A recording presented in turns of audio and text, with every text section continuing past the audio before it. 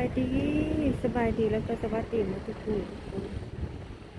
คลิปนี้จะน้อยพามาชมบรรยากาศริมฝั่งโขงแล้วทุกคนแถวนี้บริเวณบ้านผาหมวงเมื่อคืนนี้ลมแรงแรงลมแห้งแห้งว่าคือกันก็พายุสิเข้าละโอ้ยไลฟ์สดยังได้ชั่วโมงกว่านี่แหละรีบปิดโทรศัพท์เลยบ่ไหวย่านแห้งปลึงตุ้งปังปลึงตุ้งปังเสียงแบบกระมังทื่อๆปิวถ้วยถังกระมังหม้อปิวนะทุกคนแต่มายืนอยู่นี่ลมกับบางแห้งแบบทุกคนแห้งมาน่าจะเป็นเรือเนาะเรือแพทุกคนเรือมันใส่หาป่าขอดไม้ที่เป็นดังเส้นขอนไม้โอ้ยชมบรรยากาศบนฝั่งโขงกันนะ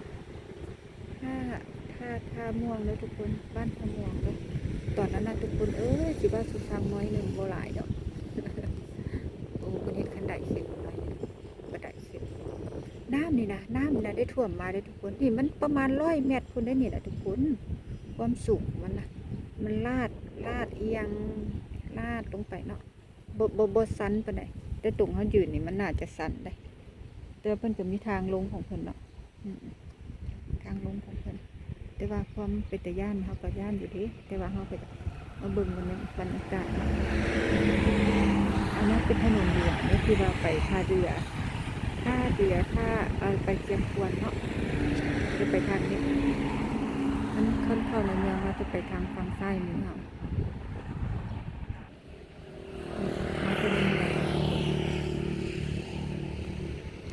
ตอนน้ำท่วมนะทุกคนดูได้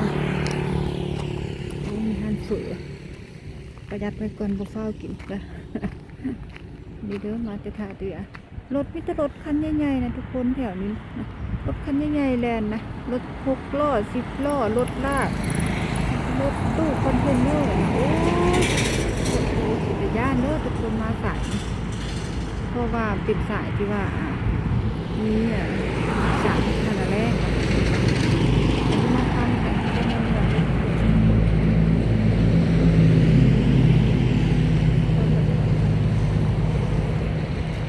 เป็นย่านของรถเนาะ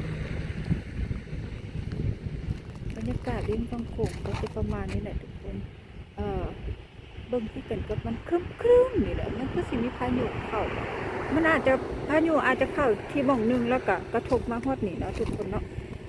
ก็เลยแบบมันก็เป็นแต่ย่านในจังหวะนึงฟ้าออกครึ้มแต่เบิดบ่มีแดดเลยทุกคนมีแต่ลม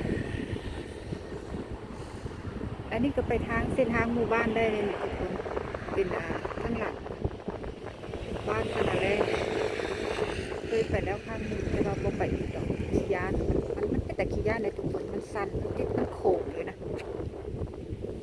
น้ำเป็นสั่นดอกขึ้นมาตอนนั้นเนาะขึ้นบ่เนาะมันขึ้นบ่ขึ้นภาพออกเนาะน้ำท่วมเบิดขึ้นมาขี้ยานเอาแค่ว่าฟังหนองคายขึ้นกันก็เหลียวเห็นแต่น้ำนะแทบบ่เห็นได้อันถนนนะแทบบ่เห็นได้ถนนนี่นะแต่ย่านนะยังว่าตอนน้ำขึ้นทุกคนคลิปนี้ก็สั่นเลยเด้อแต่น้อยเข้ามาธุระน้อยหนึ่งก็เลยมาถ่ายคลิปให้เบิ่ง